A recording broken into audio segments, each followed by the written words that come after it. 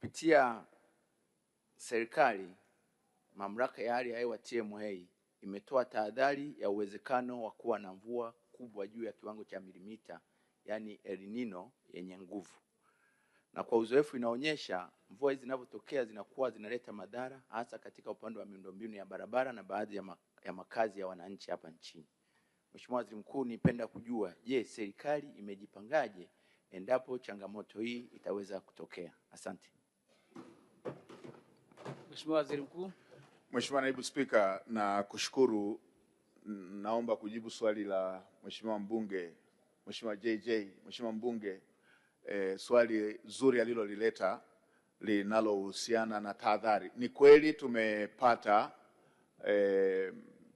tahadhari hizo kutoka kwa wenzetu wa mamlaka ya hali ya hewa ambayo wameelezea uwezekano wa kuwepo kwa mvua za El Nino, na haziko mbali. Kwa mujibu wa utabiri huo, mikoa kama ya kanda ya Ziwa, Mwanza na mikoa ya kanda ya Ziwa inatarajiwa huenda mvua hizo zikaanza mwishoni mwa Septemba ama Oktoba, na mikoa mingine. Mheshimiwa Naibu Spika, serikali imejipanga vyema kwa kuhakikisha kwamba maeneo hayo ambayo yanaweza kuwa na athari za mvua nyingi, kutengeneza mifereji ili maji yaweze kwenda kwenye njia zake ili kuondoa uwezekano wa maji kurundikana. Mheshimiwa Naibu Spika, nilitaarifu bunge lako tukufu taarifa moja njema. Mheshimiwa Spika, bunge lako lilitupitishia marekebisho ya sheria kwenye finance bill yaliyoelekeza fedha za mifuko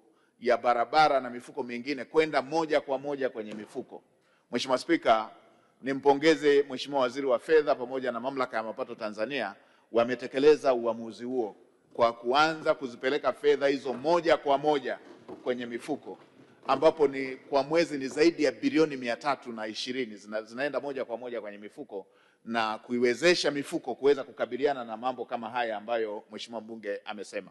Kwa tumeelekeza TANROADS, tumeelekeza TARURA wapitie maeneo yote ambayo ni korofi, maeneo yote ambayo yanaweza yakafanya maji yanaweza yakafanya mrundikano na kuleta mafuriko, wayatengenezee mifereji, lakini waendelee kuziangalia barabara katika maeneo korofi ili kuweza kuhakikisha kwamba pia wananchi hawakosi miundombinu kutokana na kupatikana kwa mafuriko. Lakini hata hivyo, Mheshimiwa Naibu Spika, nitumie fursa hii pia kutoa rai kwa Watanzania wote kuwa na tahadhari na jambo hili ambalo tayari tumekwisha kutahadharishwa.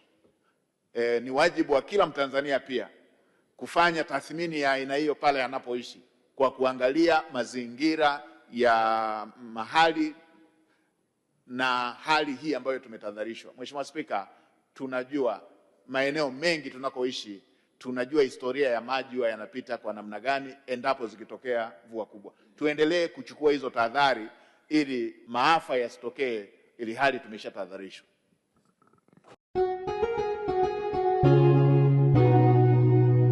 Kasako Media, tunaangazia maisha, tunaandika kesho.